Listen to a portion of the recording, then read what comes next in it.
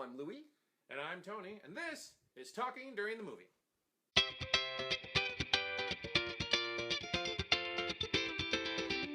It's the Talking During the Movie podcast with your hosts, Louie Gravance and Tony Whitten.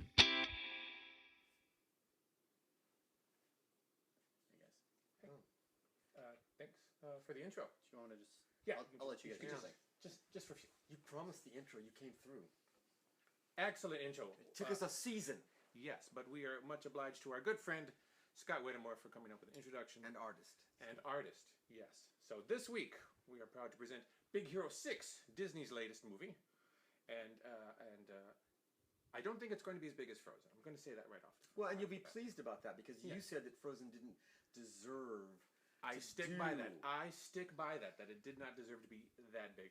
And I don't think the company knew it was going to be that big because they're like jumping on their own bandwagon, which is a little strange. But that's like saying people really shouldn't like popcorn as much as they do. But okay, all right, it's fine. If you want. But people should like chocolate as much as they do. To launch on popcorn. this Frozen thing, you had to throw that out there, the Frozen thing. Yeah. I said before, and I'll say it again, that I think that Big Hero 6 could do for straight little boys what Frozen did for gay little boys, as far as the passion. Because, I mean, if you have ever seen, and I have at the parks, those little boys when they're playing that music, them swirl whatever they're wearing around. And I mean, I can only imagine how I would have felt, you know, because, I mean, at my age, I swirled the dress around. And so, anyway, I think that this is going to be, I mean... Like, this is Disney's answer to Cars, or I think it's far superior. Toy Story. I think it's superior to Cars. I'm not going to disagree with that. I think disagree with that. We don't normally give the plots away too much, so I'm not. But what I got from it is this: it takes place in San Francisco. Yes. Now I believe that's from the comic book, so that's not like their own invention. Well, actually, I hear there's some deviation from the comic. Well, I'm sure there is, to tell the story. Yeah. But it is sort of like Marvel for smaller children.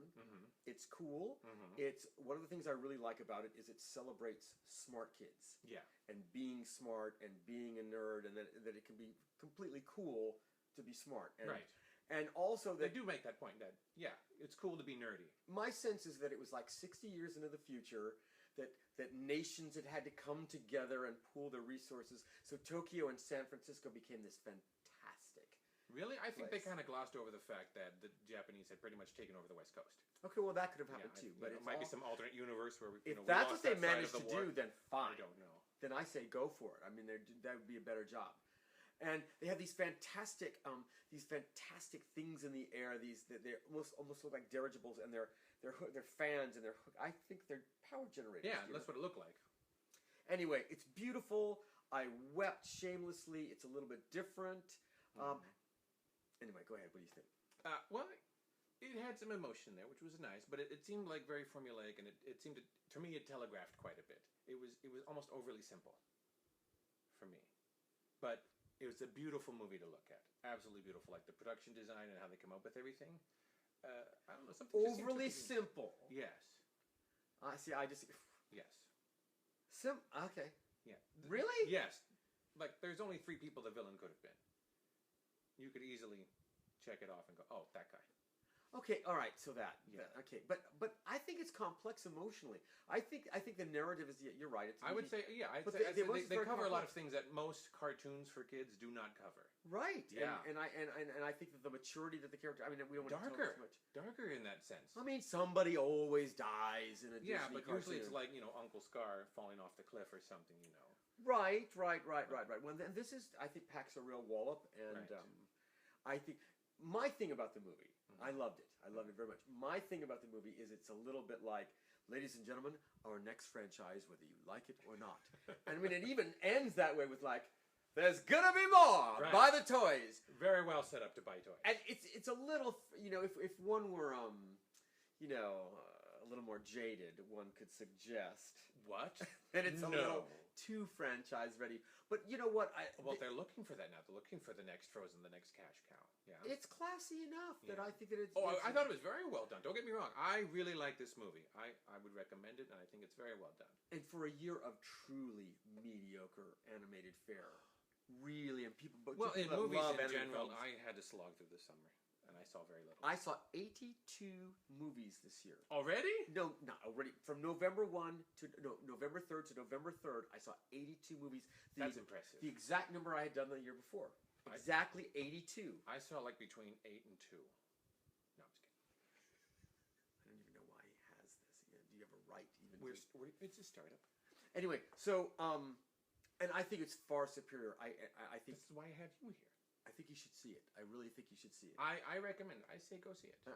If I were a betting man, and I am, I would. You are, actually. I would, especially on these things. Yeah, I would definitely say I can't imagine that there'd be another property that would win Best Animated Feature this year. I can't imagine. There's nothing in the pipe. I think this was it. Pixar skipped this year. Well, and How to Train Your Dragon 2 is very well done. Okay, but that was less formulaic. Yeah, less formulaic. I'd say it took some turns that I did not expect. This one you could predict. This is a better movie. A little bit.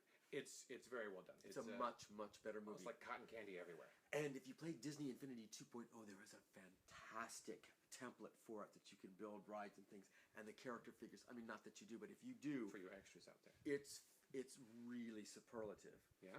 Yeah, it really is great. In fact, well, anyway, I've built a whole attraction based on San. Look how excited he is. Well, I have. It goes all all through the streets of San Francisco, and into the air, and it's a beautiful template. You can drive through those things in the sky, and anyway, I'd give this a strong A. I would say that, yes. And you know, another good thing about this is that for the most part, the voice talent is not one of those things where it's like, oh look, there's Phil Silvers as a bear. Right. There's, you know what I mean? It's not so like distracting of like, oh my god, that's. Yeah, I really couldn't pick anyone out. Even like when I saw the voices later, I'm like, oh, I know who that is. Right. Yeah. I thought it was. Yeah, I thought really nicely done. Nicely done. Nothing that really like jarred you out of it. Like once they start the story, you get into the story. You don't question that it's animated or who the voices are. There was nothing really to pull you out of the story. I think the villain thing is cool because, and this is not giving away too much. You know, the villain is able to through this magnetic power.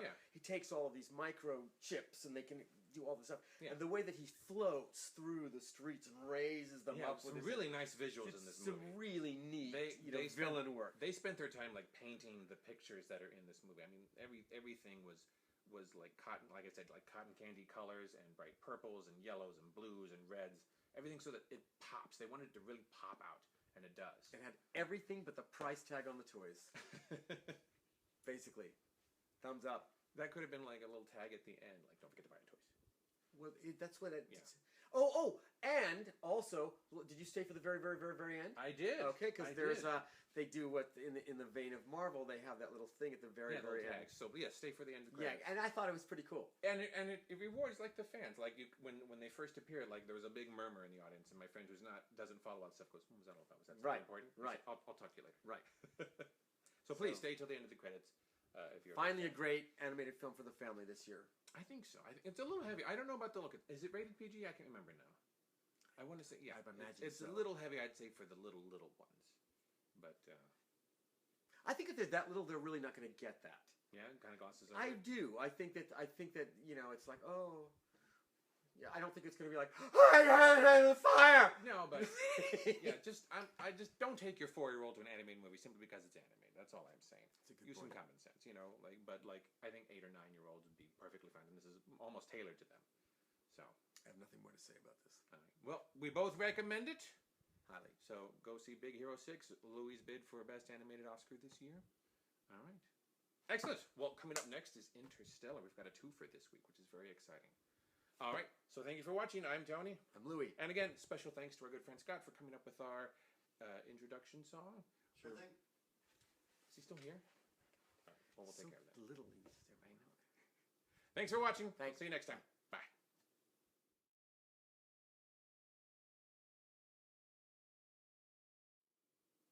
That should be enough time. Excellent. Yay! All right.